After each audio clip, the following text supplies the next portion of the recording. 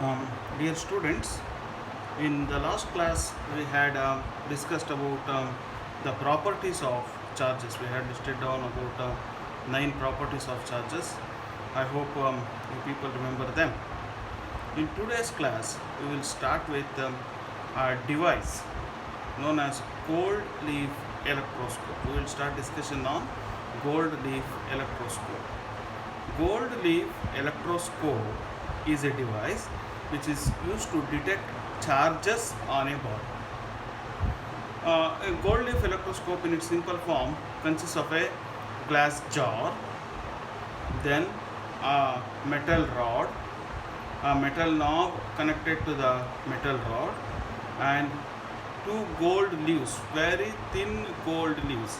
You may ask me why in particular gold is being used here. That is because gold can be drawn into very thin sheets. That is why gold leaves are being used here.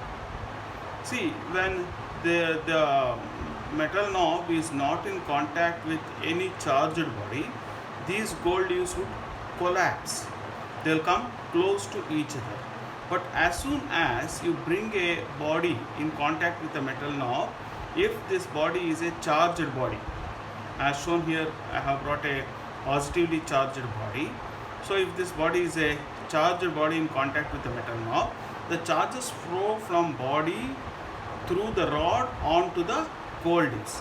Now on both the gold leaves we have similar charges, that is positive charges, because of which there will be a force of repulsion between the gold leaves, and the gold leaves diverge. So the extent of divergence of the gold leaves depends upon the magnitude of charge on the body. Greater the magnitude of charge, greater will be the extent of divergence. So in this way, a gold leaf electroscope is a device which is used to detect charges on a body. When we discuss about the questions for competitive exams, we will discuss few things more regarding gold leaf electroscope as to what happens when X-ray is been allowed to be incident onto these gold leaves and so on. The next thing that we have to discuss about is regarding action of points, or what is also called as discharging action of points. Action of points, or it is also referred as discharging action of points.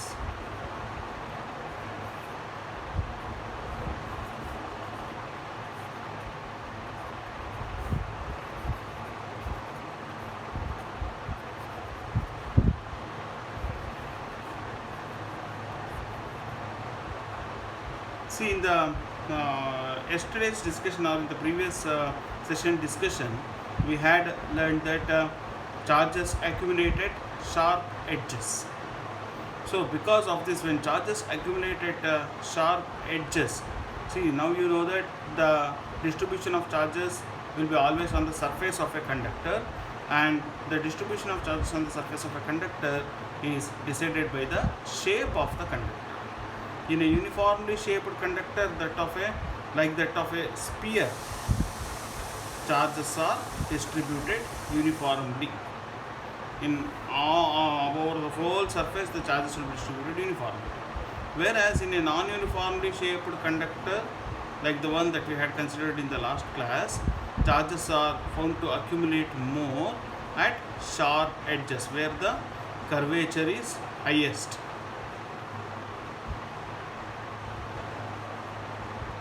Like this. So here it so happens that as the charges are very close by, there will be a force of repulsion acting between them, and hence these charges will leak into the surrounding air. This phenomenon of charges leaking into the surrounding air at sharp edges of a conductor is what is called as action of points, or discharging action of points. I have already told you we will understand the reason as to why it happens so when we discuss about the surface charge density. At this stage, please understand that the charges which accumulate at sharp edges may leak into the surrounding air. Some of the charges may leak into the surrounding air.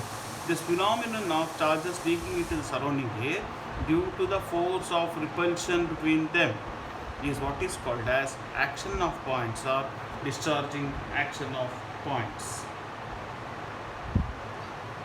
Next to this, we have to discuss about Coulomb's Inverse-Square, which is a very important part of this chapter. Before that, a few things related to your entrance exams. We have to know what is earthing. See, earthing or sometimes it is also called as grounding.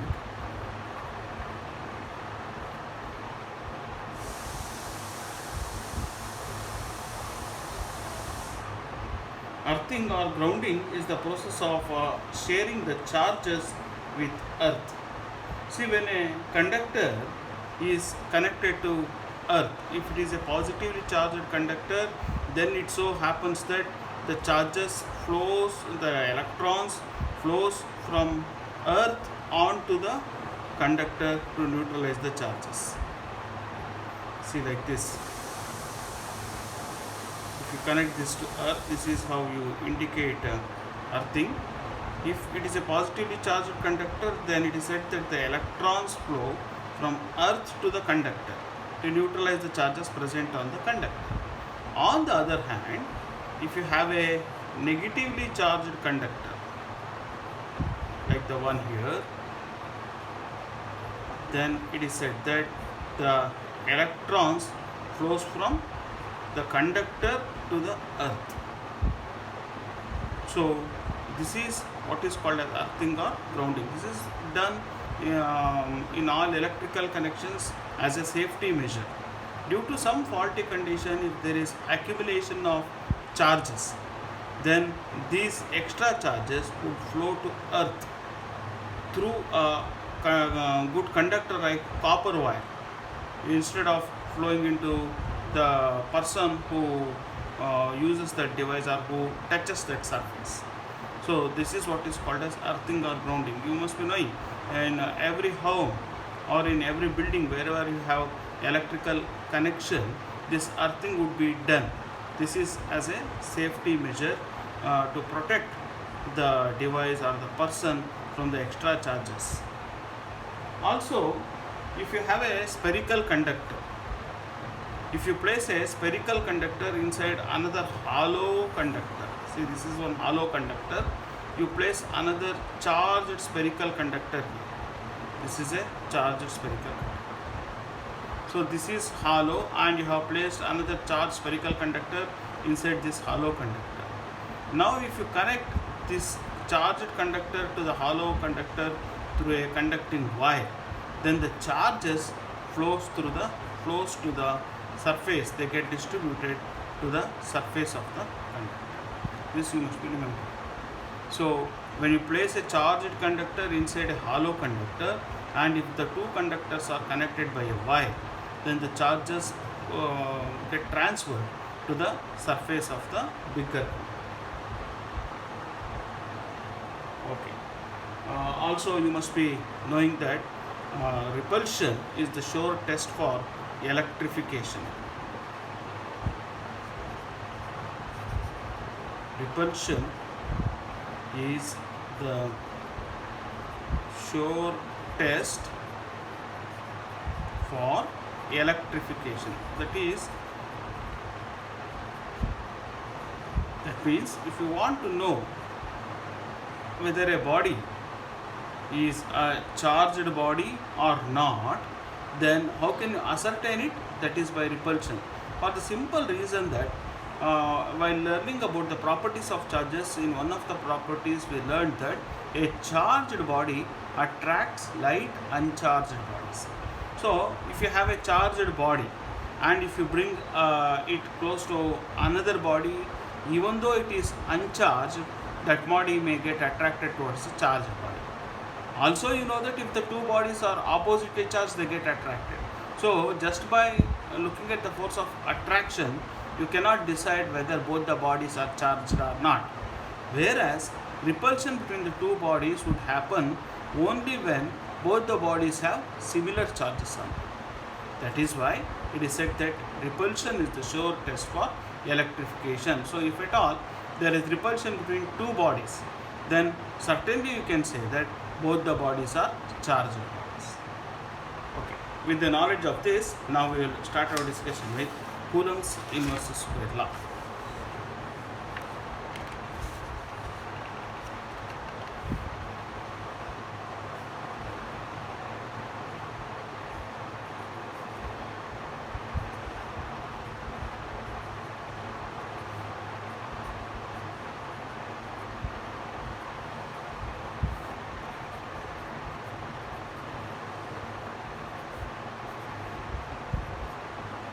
So from the discussions that we have done till now in this chapter, you know that whenever you have two charges, there will be a force acting between the two charges. That's what we refer as electrical force.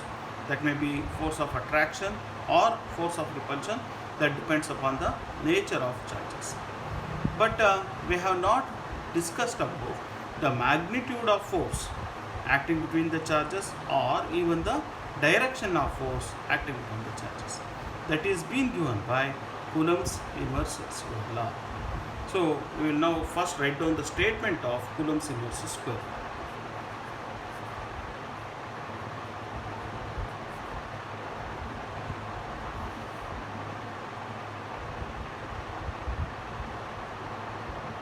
The electrostatic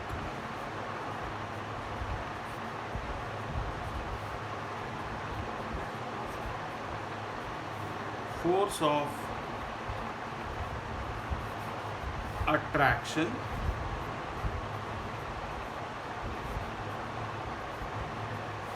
or repulsion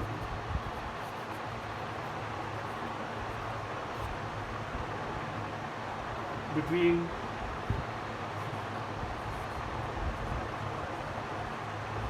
any two stationary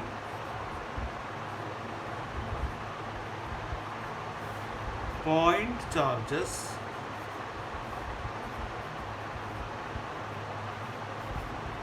is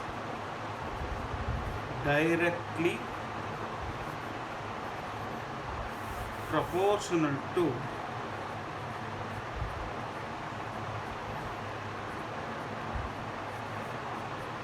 product of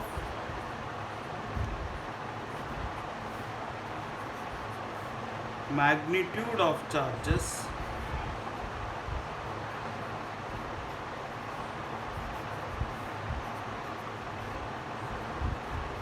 and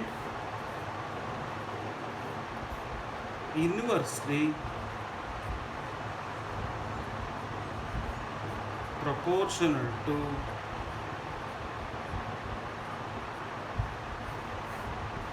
square of the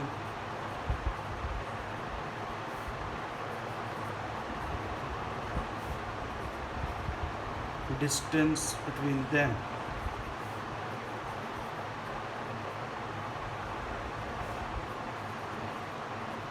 So this is what is called as Coulomb's inverse square law, the statement of Coulomb's inverse square law. The electrostatic force of attraction or repulsion between any two stationary point charges is directly proportional to product of magnitude of charges and inversely proportional to square of the distance between them. So to illustrate this, we will consider two charges. First we will consider points A and B separated by some distance r, and we shall consider two charges Q1 and Q2 kept at these 2 points. So now there will be a force acting, the electrostatic force acting between Q1 and Q2. That electrostatic force may be an attractive force or repulsive force, that depends upon the nature of charges. So according to Coulomb's inverse square law, the magnitude of the electrostatic force acting between these two charges is directly proportional to product of the magnitude of the two charges. That is, F is proportional to Q1 into Q2. F is the magnitude of the electrostatic force acting between these two charges. And also, the magnitude of the force varies inversely as the square of the distance separating the two charges. So it is very clear that the greater the magnitude of the two charges, greater will be the magnitude of force acting between the two charges, and greater is the distance of separation between the two charges, lesser will be the force acting between the two charges. So combining these two, I may write that F varies as Q1 into Q2 divided by R square. So Q1 and Q2 are the magnitude of the two charges, R is the distance separating the two charges. Or F is equal to some constant of proportionality K into Q1 into Q2 divided by R square, where K is a constant of proportionality.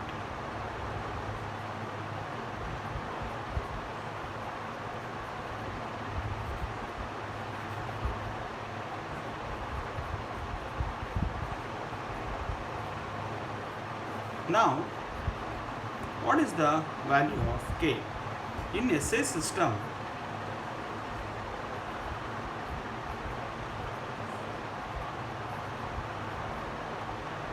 K is given by 1 by 4 pi epsilon. See, this is read as epsilon, EPSILON, epsilon, 1 by 4 pi epsilon, where epsilon is called as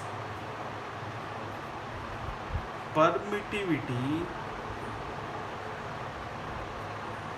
of the medium in which the charges are kept. So we have to understand what is this permittivity. See, permittivity of a medium tells you the ability of the medium to allow the electric lines of force to pass through the medium, or in other words, it tells you the extent of opposition offered by the medium for the interaction between the two charges. Okay. Now, this epsilon is also equal to epsilon naught into epsilon r, where epsilon naught is called as absolute permittivity of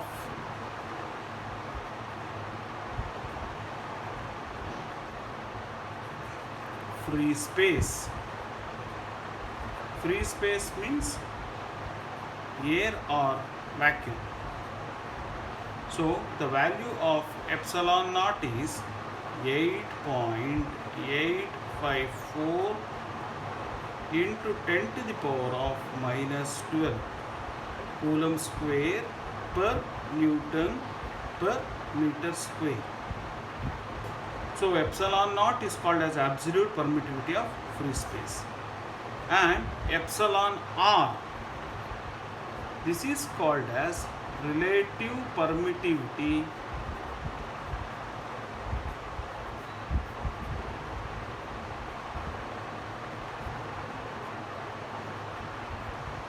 of the medium in which the charges are kept. Whereas for air medium, or I can say for free space, again free space means air or vacuum. For free space, epsilon r is equal to 1. So rewriting Coulomb's inverse square law, I may write that the magnitude of the force acting between the two charges for air medium or for free space is given by, or in general, first of all, in general, 1 by 4 pi epsilon into Q1 Q2 by R square. And for air or free space, for free space, F is equal to 1 by 4 pi epsilon naught into Q1 Q2 by R square, because you know that epsilon is equal to epsilon naught into epsilon R, whereas for free space epsilon R is 1, hence you don't have to write epsilon R here, whereas for medium other than a free space, F is given by 1 by 4 pi epsilon naught into epsilon R, that is epsilon into Q1 Q2 by R square. So this is Coulomb's inverse square law. We shall just recall once again. According to Coulomb's inverse square law tells you about the magnitude of the force acting between two stationary point charges kept in a medium. The electrostatic force of attraction or repulsion between any two stationary point charges is directly proportional to product of magnitude of charges and inversely proportional to square of the distance between them. So we had considered 2 points A and B separated by some distance R. Q1 and Q2 are the two charges kept at these 2 points. The force acting between these two charges is directly proportional to the product of magnitude of charges and inversely proportional to square of the distance separating the two charges. So F is proportional to Q1 into Q2 by R square. See, from this we can say that the force acting on the between the two charges, the electrostatic force acting between the two charges depends upon the magnitude of the two charges and square of the distance between them. But look at the next step. You have introduced a proportionality constant K. You have removed the proportionality symbol and you have introduced a proportionality constant. F is equal to K into Q1 Q2 by R square, where K is a proportionality constant. See, from this it is clear that the electrostatic force acting between the two charges depends upon the magnitude of the two charges, the square of the distance between them, and also some other property of the medium. So in SI system, the value of K is given by 1 by 4 pi epsilon, where epsilon is called as permittivity of the medium. Again I repeat, permittivity of the medium tells you about the ability of the medium to allow the electric lines of force to pass through it. So or in other words, it tells you about the opposition offered by the medium for the interaction between the two charges. That means greater the value of epsilon, lesser will be the value of the force acting between the two charges. See, this epsilon, permittivity of the medium is given by epsilon naught into epsilon R, where epsilon naught is called as absolute permittivity of free space. Its value is 8.854 into 10 raised to minus 12 Coulomb square per Newton per meter square. Epsilon R is called as relative permittivity of the medium. In fact, for free space, epsilon R is equal to 1, and for all other medium, epsilon R will be greater than 1. So F is given by 1 by 4 pi epsilon, where F is the electrostatic force acting between the two charges. F is given by 1 by 4 pi epsilon into Q1 Q2 by R square. For free space, since epsilon R is 1, you may write it as F is equal to 1 by 4 pi epsilon naught into Q1 Q2 by R square. Whereas for any other medium, you may write it as F is 1 by 4 pi epsilon naught into epsilon R into Q1 Q2 by R square. So this is the expression for representing the electrostatic force between two charges using Coulomb's inverse square law. In fact, this 1 by 4 pi epsilon naught we will be very frequently using for the coming two chapters. In fact, if you calculate 1 by 4 pi epsilon naught, you will get it to be approximately 9 into 10 to the power of 9. So while working out problems, you don't have to every time keep on substituting for epsilon naught and pi. You can directly write it as, if you are having a term like 1 by 4 pi epsilon naught, you can substitute it by 9 into 10 to the power of 9. Right. Next to this,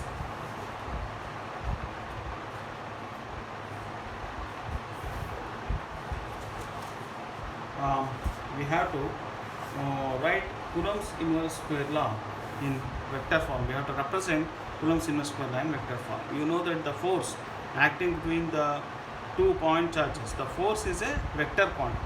So we have to be knowing how to write this electrostatic force acting between the 2 point charges in vectorial form.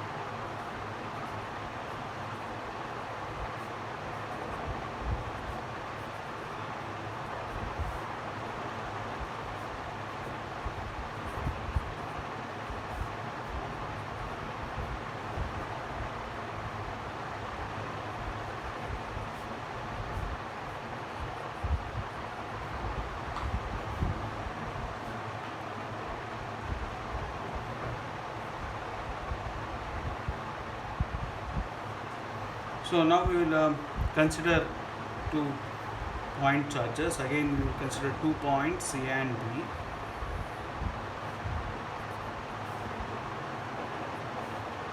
Separated by some distance R.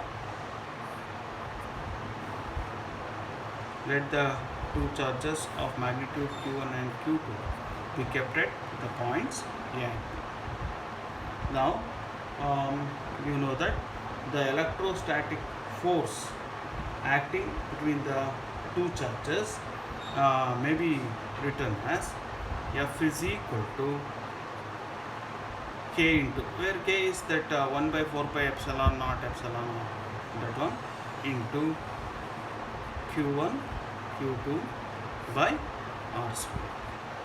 Now if you think of representing this in vectorial form, see, let us say Q1 and Q2 are like charges. If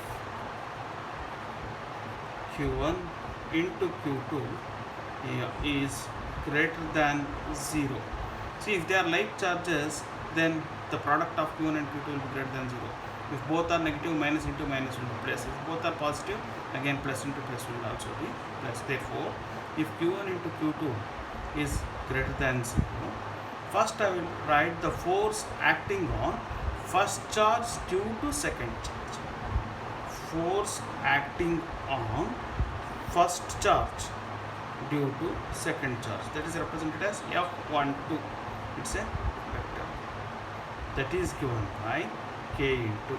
See, since both are like charges, they repel each other. So Q1 will experience a repulsive force from Q2. That means the force acting on Q1 due to Q2 will be in this direction, F12.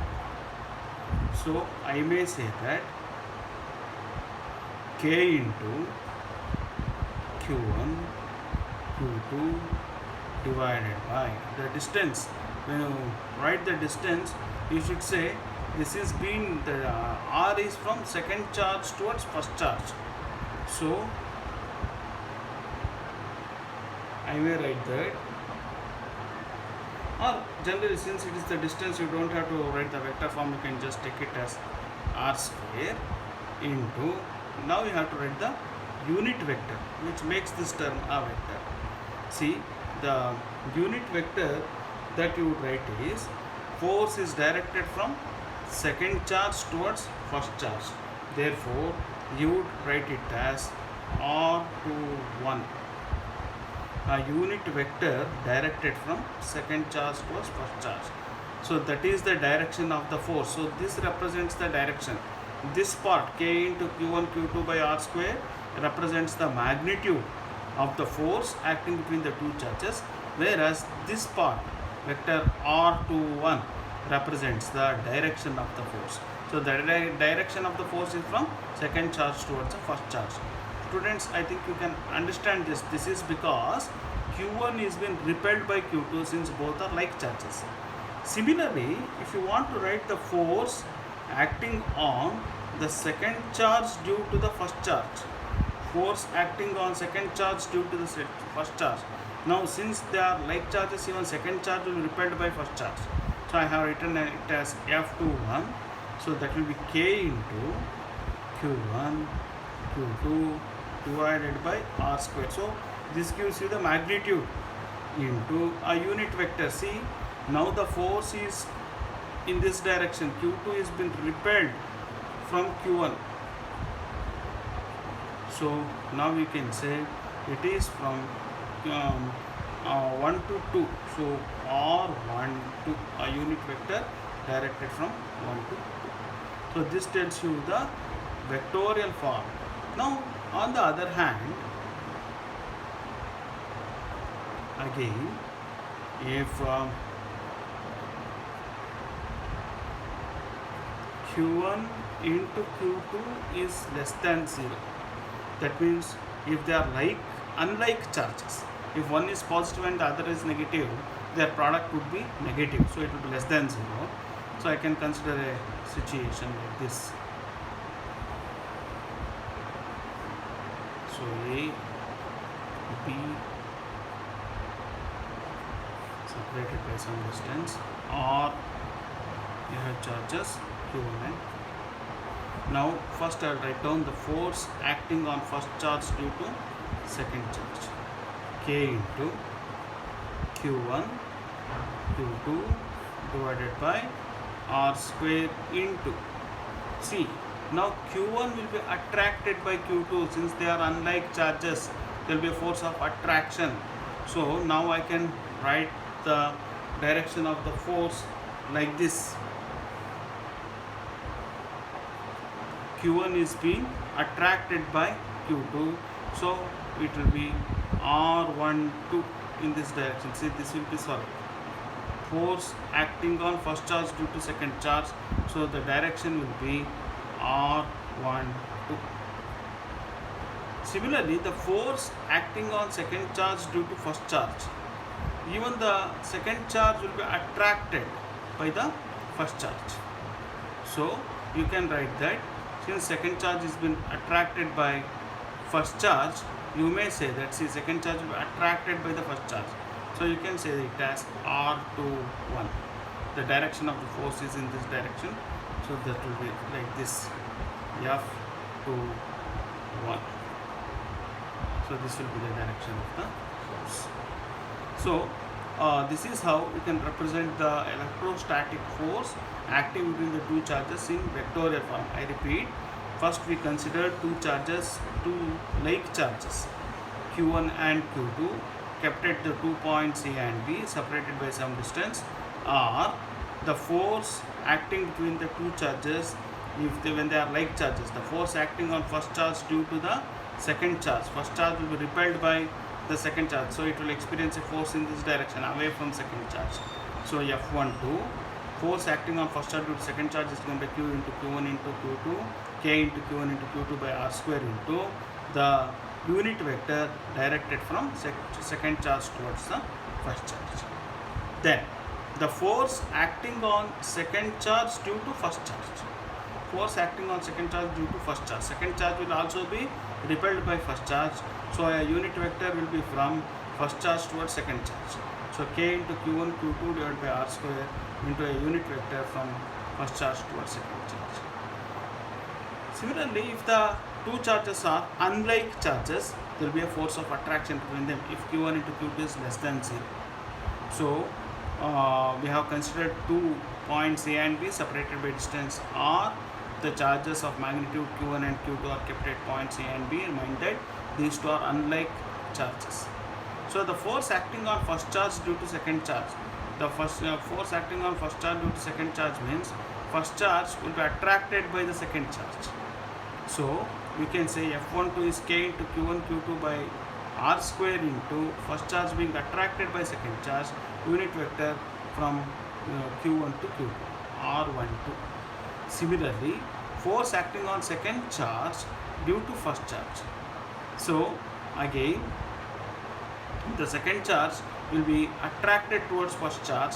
So K into Q1 Q2 by R square into R21. So this is the vectorial form of Coulomb's inverse square law. Next to this, we have to know about the SI unit of charge.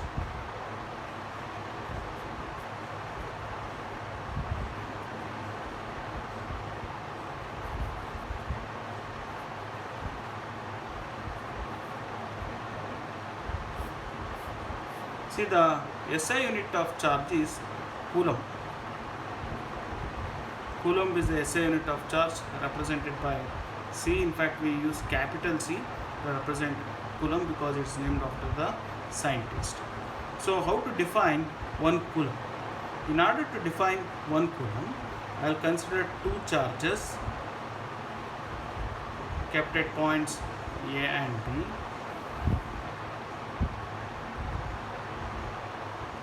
Let us say A and B are separated by a distance of 1 meter, and Q1 is 1 coulomb, Q2 is 1 coulomb, and they are similar charges. Let us say plus 1 coulomb and plus 1 coulomb. They are similar charges.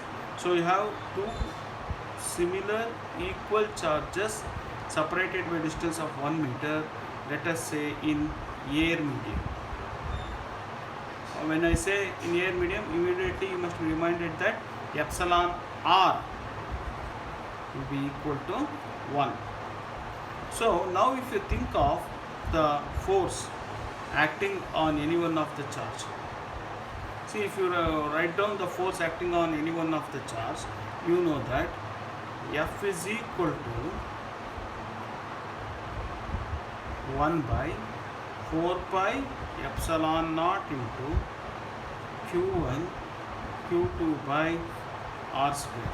But in this case, Q1 is equal to 1 coulomb, Q2 is equal to 1 coulomb, R is equal to 1 meter. Therefore, F is, what is 1 by 4 pi epsilon naught? 9 into 10 to the power of 9 into 1 divided by 1 square. So it is 9 into 10 to the power of 9 Newton. So there will be the force acting on the two charges, between the two charges would be 9 into 10 to the power of 9 Newton. But what type of force will this be? Will this be an attractive force or repulsive force? Remember that we had considered these two are like charges, hence it will be a repulsive force. So I may say that 1 coulomb is that charge which one placed at a distance of 1 meter from a similar charge in air or vacuum repels it with a force of 9 into 10 to the power of 9 Newton. I repeat, 1 coulomb is that charge which one placed at a distance of 1 meter from a similar charge in air or vacuum repels it with a force of 9 into 10 to the power of 9 Newton. This is how we define 1 coulomb. So the SI unit of charge is coulomb, represented by capital C. So students, today we had discussed a few things. We discussed about electroscope first.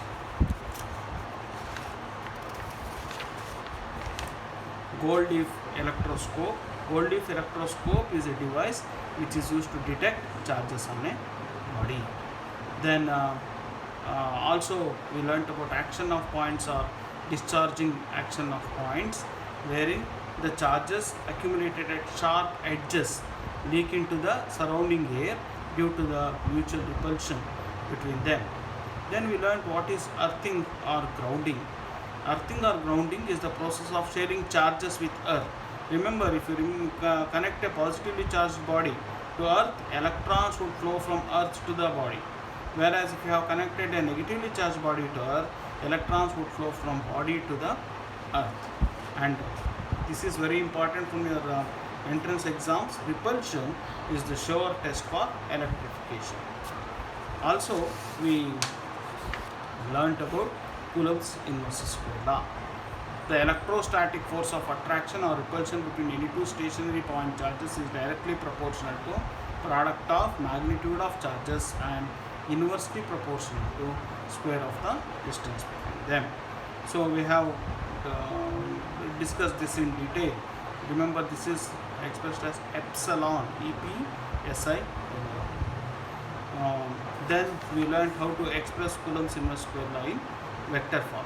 Here one more thing that you have to understand is, see, the magnitude of F12, that is the force acting on first charge due to the second charge, is equal to the magnitude of F21, the force acting on second charge due to the first charge. See, F12 is equal to F21. The difference is F12 is directed from second charge towards first charge and F21 is directed from first charge towards second charge. So they are equal in magnitude. The force acting on the two charges are equal in magnitude but in opposite directions. Even in this case, in case of like charges, you can observe F12 is equal to F21 but they are acting in opposite directions. Hence, we can say that Coulomb's inverse square law obeys the Newton's third law, which says that for every action there is equal and opposite reaction. So action is the force acting on one of the charges, reaction is the force acting on the other charge. Both are equal in nature but acting in opposite directions. So action and reaction will be acting on this system of charges Q1 and Q2. So this is with respect to Coulomb's inverse square law.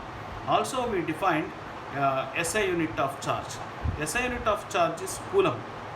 So 1 Coulomb is that charge which when placed at a distance of 1 meter from a similar charge in air or vacuum repels it with a force of 9 into 10 to the power of 9. Okay students, I will stop at this stage. We will continue our discussion in the next session. Thank you.